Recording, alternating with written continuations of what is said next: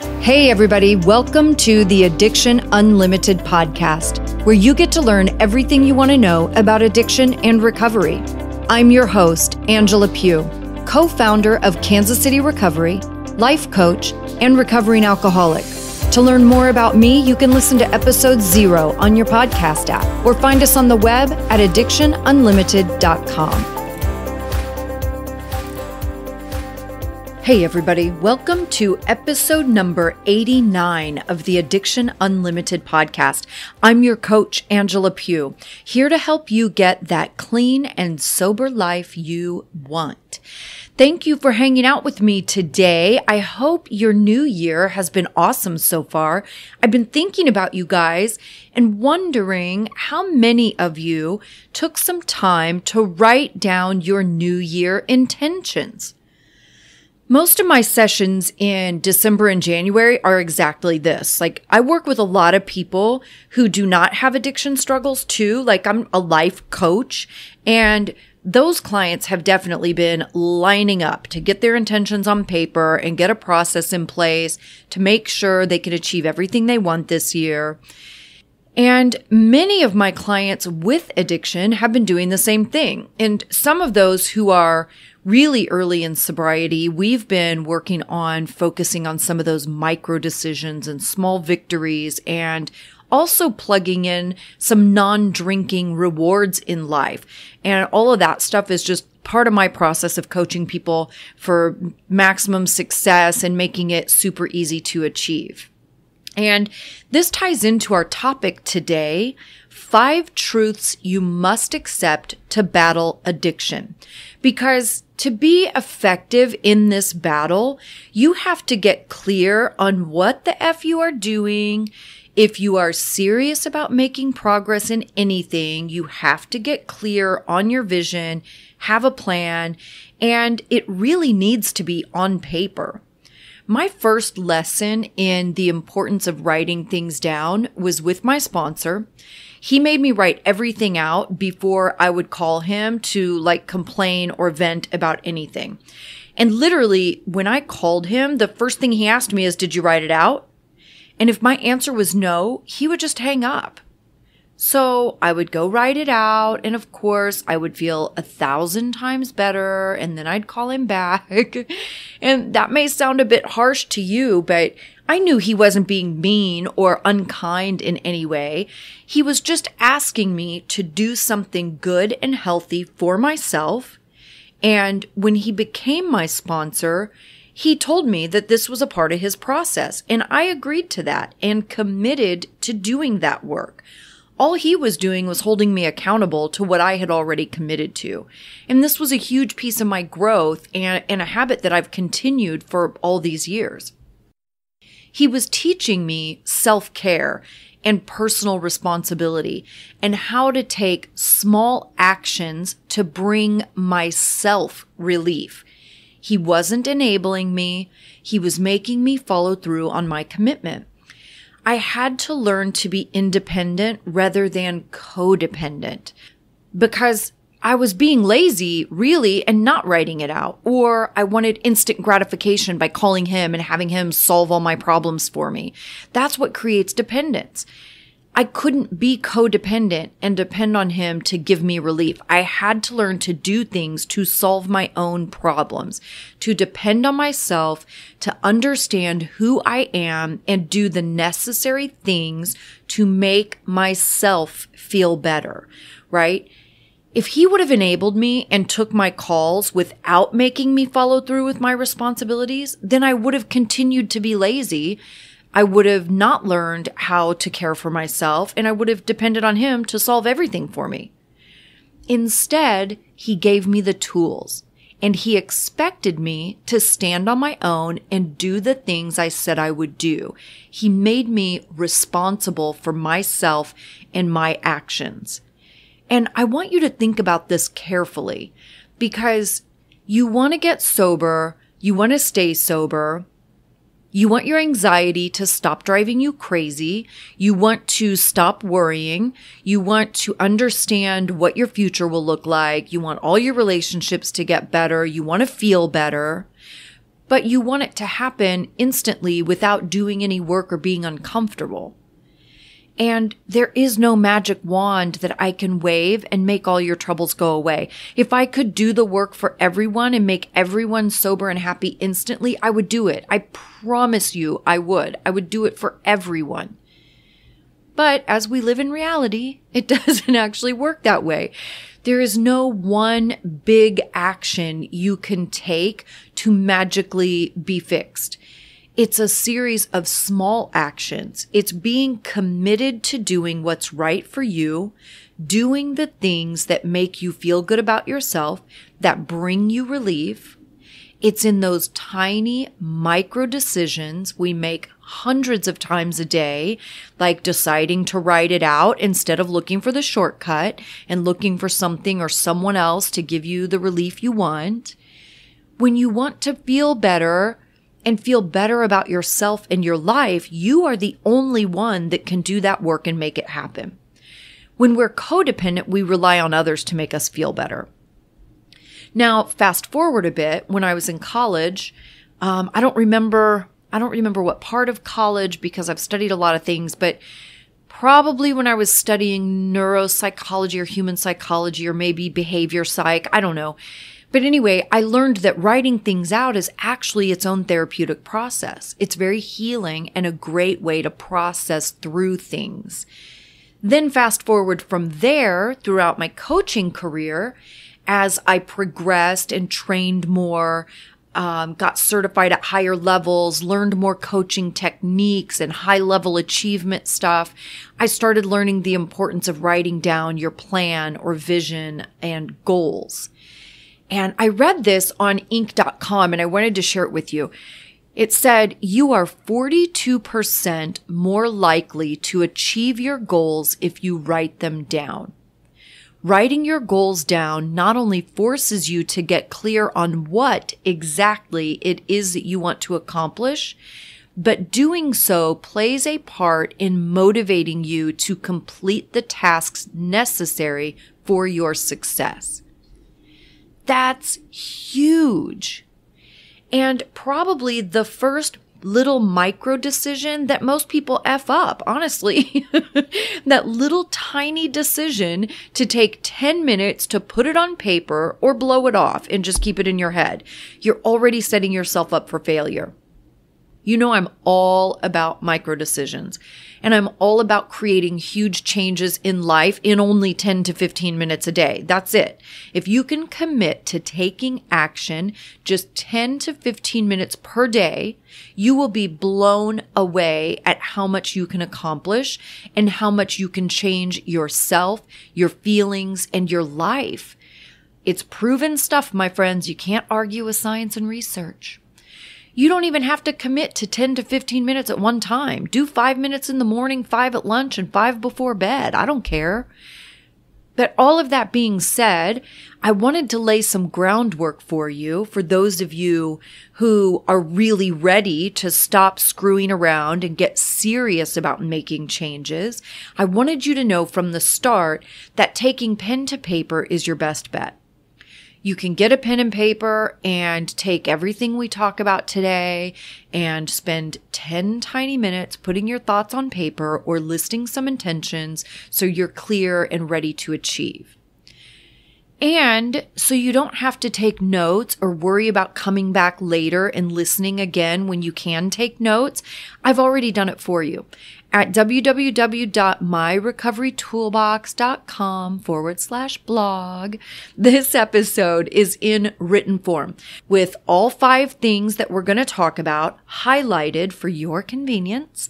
And I will link that in the show notes, of course, so you can get there right from your podcast app, www.myrecoverytoolbox.com/blog. And if you are on the email list, I will send this link out to the whole email list so you can just click one link and have it all at your tiny little sober fingertips. Okay? Now, let's get into this topic today. 5 truths you must accept to beat addiction. Number 1, addiction is not a weakness. Friends, I am not weak. And I'm saying that in all caps. I am not weak. I'm an addict through and through. And that does not make me a weak person. You are not weak because you have alcoholism and you can't heal yourself with sheer willpower and inner strength. If it worked like that, then everybody would get clean and sober with little effort and live happily ever after, and we wouldn't have 14,000 treatment centers in America. You have to get real about what is happening here and stop focusing on your pride and ego being bruised because you convince yourself it's a weakness. Put your pride and ego and hurt feelings aside, okay? This isn't about you. This is about your brain. Addiction changes your brain. I don't care how big and strong you think you are, you can't change science. And here's the brain deal. Addiction affects what is called the pleasure center in our brain. When we make money or have a great meal, have a drink, a pill, have sex, when happy things happen, your brain releases dopamine for pleasure. Drugs and alcohol cause a flood of dopamine, which is why it feels so good. Then your brain stores that memory as a shortcut to pleasure and creates an automatic response of associating drugs and alcohol with pleasure. Listen to this. I found this from Harvard. It's an older article, but it explains it so clearly. I wanted to use these pieces of it.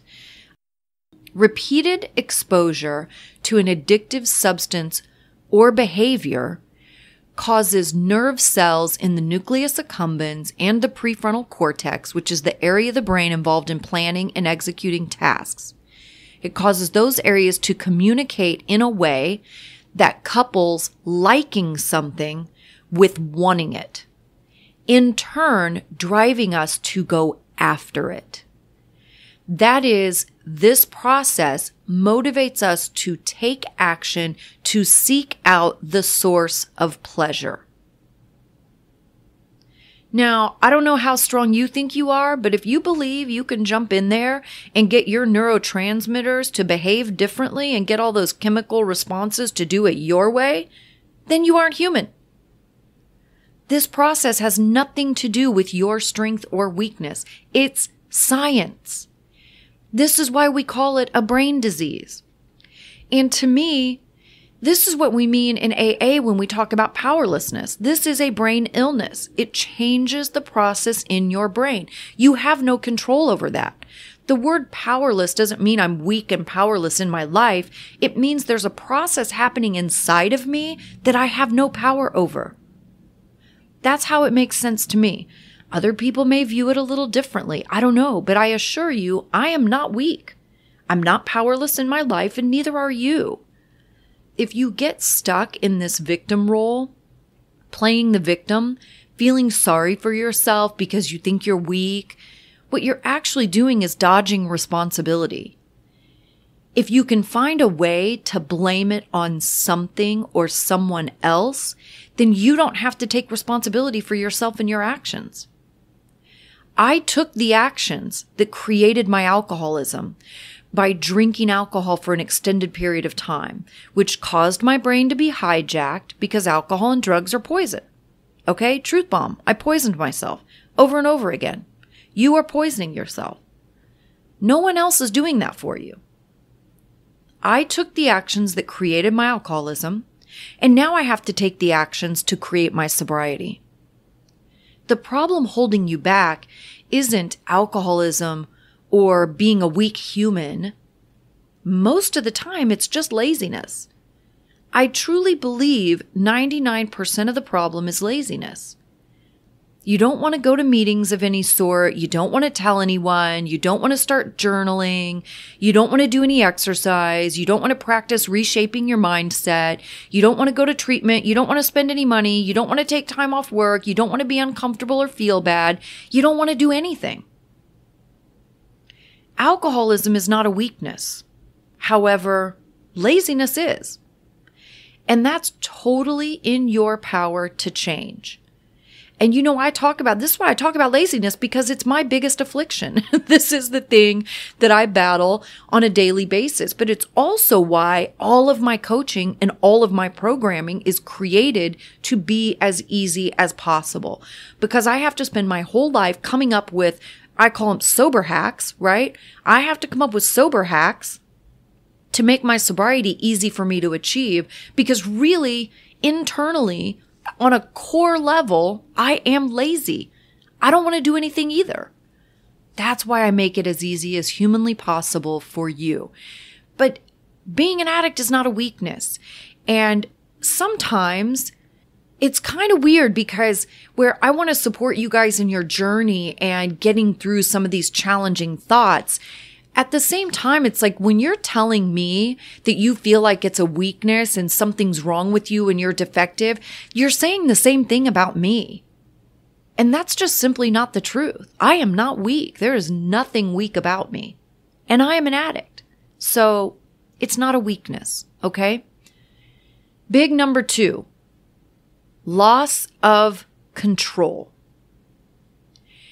It doesn't matter if you drink 3 glasses of wine or a gigantic bottle of vodka. It doesn't matter if you drink once a year or 12 hours a day. When your drinking or drug use starts bugging you, when you're thinking about it more often, when you recognize you are doing it more than you want to, when you start putting rules around it, like, I'm only going to do it on the weekends. I'll only drink wine. I'll only drink after 5 p.m. I will only drink after the kids are in bed. I will have a glass of water between each cocktail. I'll only have 1 drink an hour. I will never drink hard alcohol, only beer and wine. Yada, yada, yada.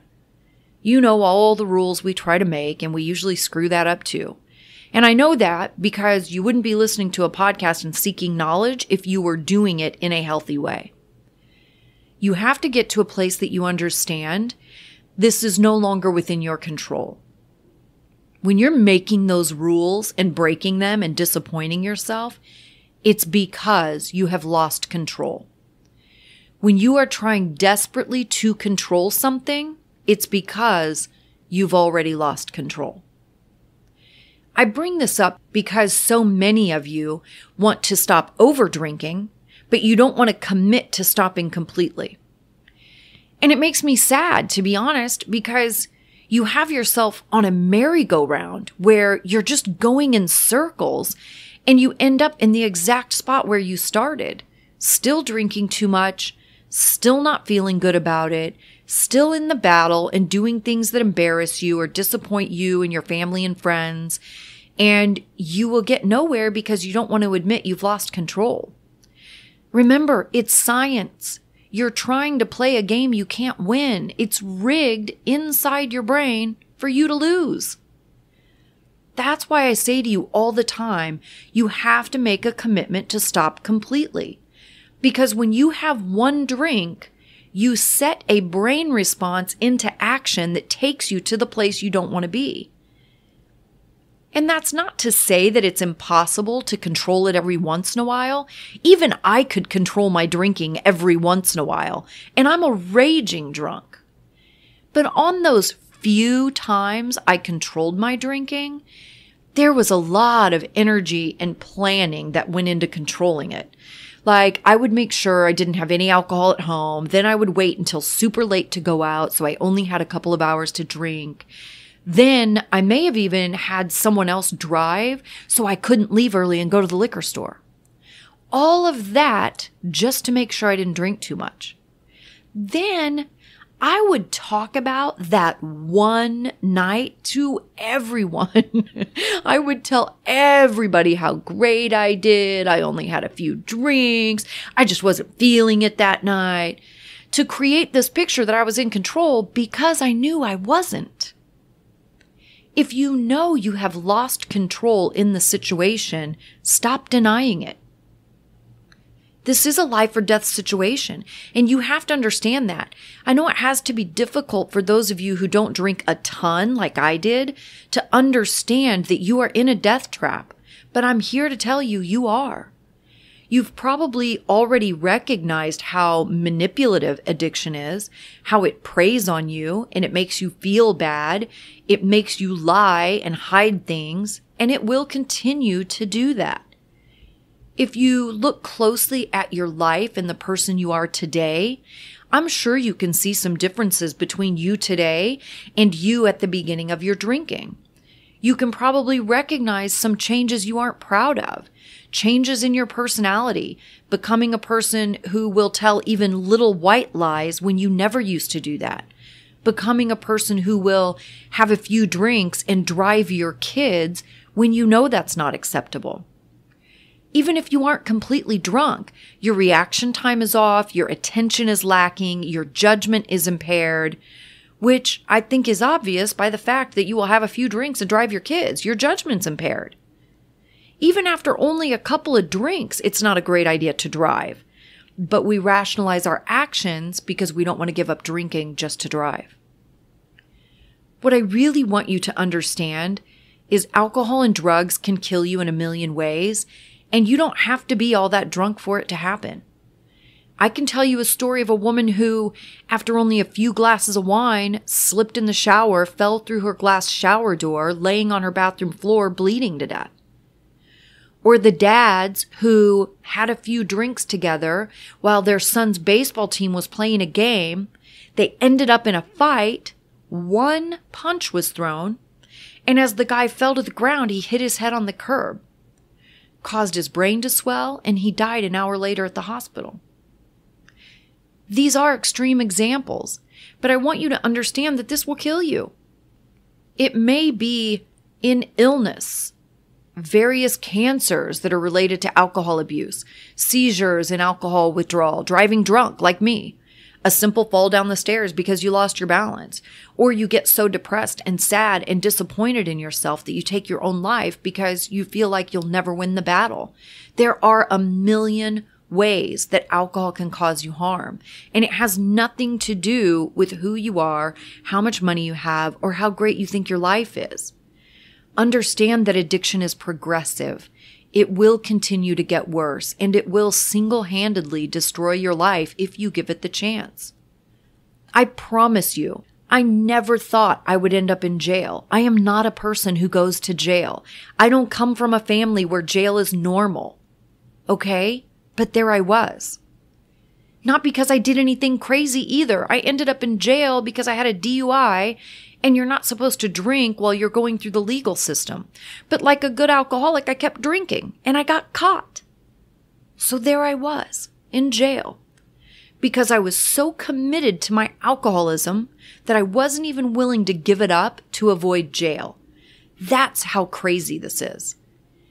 I made sure I got my hair done before I went in, and I wore comfortable clothes, and there I was sitting in jail in my $300 designer jeans and Louis Vuitton loafers, surrounded by people who were actual criminals.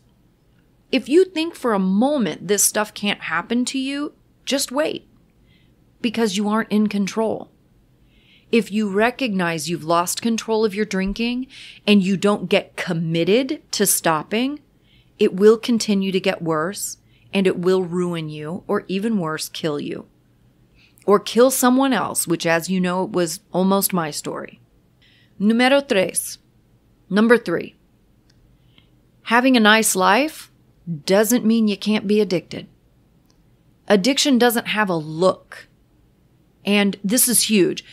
People say to me, my clients say to me all the time, this is such a common misconception. They can't understand how they are alcoholic because they don't look like an alcoholic, or they have a hard time calling themselves an alcoholic because of what that picture looks like to them. We have a picture in our minds of what an alcoholic or drug addict looks like, and it doesn't usually look like you. I think most people have a picture of the homeless person or the person who is down on their luck, maybe a young person who isn't thriving in life, being lazy, still living at home, not taking care of their responsibilities. And maybe that's the best way to describe it. You tend to think of an addict as someone who isn't thriving in life or doesn't have their shit together in some way. I'll tell you though, The very first speed addict I ever worked with was a suburban mom doing carpool to the soccer games every week. She didn't work. She lived in a house that was almost $1 million. Her kids went to the best schools, and she was stealing her kids' Adderall for energy. And for those of you who don't know, Adderall is a medication commonly prescribed for ADD. And Adderall is speed, by the way. It's one of the most addictive substances on the planet. Or, another example, this whole wine mommy culture. If you think you're the only mom over drinking wine, you're sadly mistaken.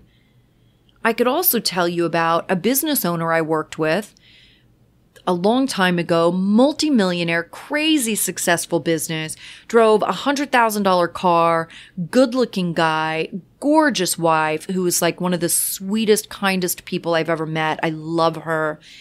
And he liked to disappear for days at a time, hiding out in motels, smoking crack with prostitutes. Having a nice life doesn't mean addiction will skip you. Look at all the celebrities who battle alcoholism and drug addiction, and gambling addiction, and sex addiction. How many young stars have we seen take their own lives in recent years because the despair and sadness got the best of them? Demi Lovato didn't start her addiction with heroin. She probably started having a couple of glasses of wine with dinner or at a party. Addiction does not discriminate. It takes whoever it wants. Get rid of these ridiculous thoughts that you don't look like an alcoholic or a drug addict. Addiction doesn't have a certain look. You can be rich or poor, tall or short, happy or sad. If it wants you, it will take you. And this brings me to number 4. You can't do it alone. You cannot get sober and stay sober alone.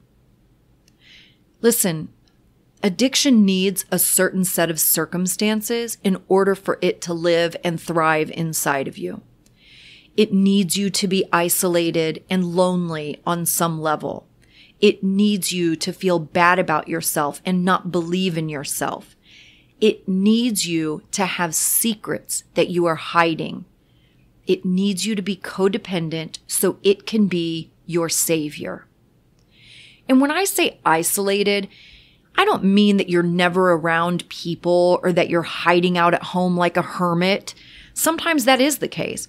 But for me, I was around people pretty regularly because I was a bartender. And when I wasn't working, I would go out with my friends.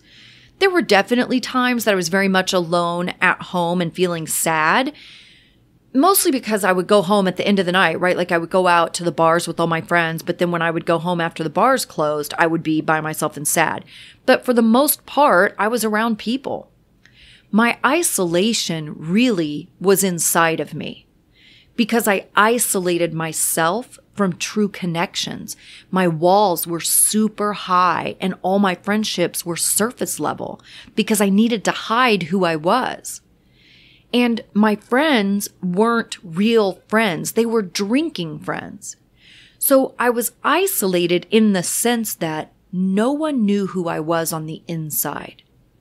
No one knew my struggles or my sadness. I didn't share myself with a single person on the planet, not my true self. And when you aren't connected on a soul level with people who love you, you're isolated. And for me, that changed once I went to AA, right? Where I got all that love and acceptance, and I knew it was safe in those rooms to really share who I was and to really share how sad I was on the inside, because every single person in that room knew that same sadness. And that's when I got real. And that's when I came out of isolation and I wasn't hiding myself. I couldn't do it alone. You have to have somebody, a few somebodies that know what you're doing, that know what you're going through, that can support you appropriately, that can create accountability for you, right? You can't do it alone, and there's no reason to. It's super lame and lonely and sad trying to do it by yourself. Last one, number 5. There is no one path to becoming addicted. Some people have major trauma and drink to escape. Some people have alcoholic or drug addict parents and they just follow in their footsteps. Some people have health problems or surgeries and they get pain meds and that sends them down that road to addiction. And some of us just drink our way right into alcoholism. And others have mental health struggles that lead them to self-medicate, like anxiety, depression, and bipolar disorder. It's not uncommon to start doing something casually and have it eventually spiral out of control. Again, this goes back to the internal scientific process that's taking place in your brain. It doesn't matter if it's 2 drinks or 20. If you have them on a regular basis, your brain will be hijacked. Non-alcoholic people do not drink enough to ever think about their drinking. Non-alcoholic people do not think about whether or not there will be alcohol at a gathering they want to attend. They never think about how much alcohol will be there or if they need to bring their own or if they need to stash some so they don't run out. Non-alcoholic people do not plan events around alcohol. They don't spend a bunch of money on it and they don't put rules on their drinking like we talked about earlier.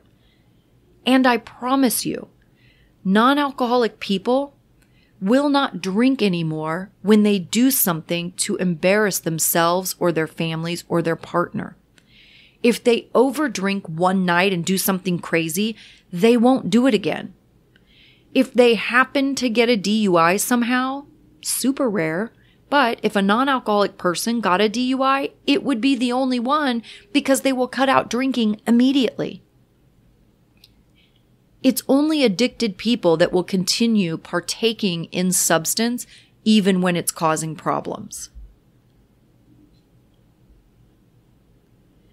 We keep drinking despite legal troubles. We continue to drink after we get into horrific fights with our spouses or drive our kids when we're under the influence or even after we miss an important meeting or a family event because we were drunk or hungover.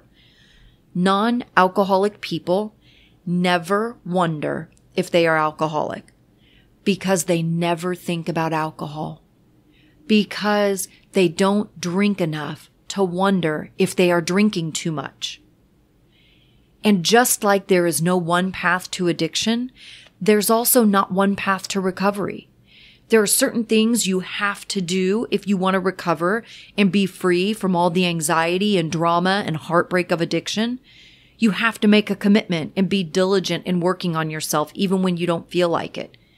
You have to understand that we lack the ability to moderate, and that's why we can't have just one. And you have to share with a few trusted people exactly who you are and the decision you've made. You have to share yourself to create accountability and get love and support.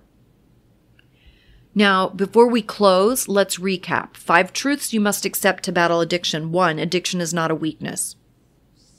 Number 2, you've lost control. Number 3, having a nice life doesn't mean you can't be addicted. I don't care how rich you are, living in the right zip code, you've got the house, you've got the look, you wear the right clothes. I don't care. If addiction wants you, it's going to take you.